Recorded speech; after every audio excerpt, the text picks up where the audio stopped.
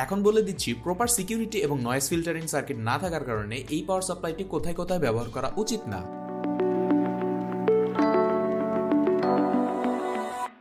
দেখেন ফার্স্টে এটাতে আমি 15 ভোল্ট সেট করে এই মডিউলে ইনপুট দিচ্ছি।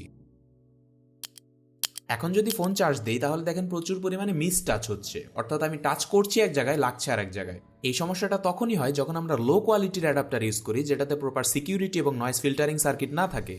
ফেক চার্জার ব্যবহার করলেও দেখবেন এই সমস্যাটা ফেস করছেন। এখন এই অবস্থা দেখার পর এই পাওয়ার সাপ্লাই দিয়ে যদি আপনার মনে রাউটার বা অন্যতে পাওয়ার সাপ্লাই দেওয়ার ইচ্ছা জাগে তাহলে স্যার আপনি একটু বাইরে গিয়ে আবার ঢুকেন, আমরা আপনাকে দাঁড়ায় সম্মান করি। তাহলে এই সুন্দরী জিনিসটাকে ব্যবহার করবেন কোথায়?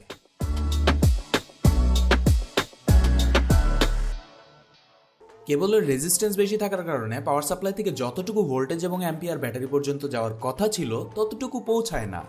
আর পাওয়ার সাপ্লাইতে শর্ট সার্কিট প্রোটেকশন নেই, তাই ব্যাটারির কারণে ভোল্টেজ যতই কমে আসুক পাওয়ার সাপ্লাই বন্ধ হয় না, এজন্য ব্যাটারি চার্জ হয়। তবে কেবলের কারণে ভোল্টেজ কমে যাওয়া একটা ইস্যু থাকে।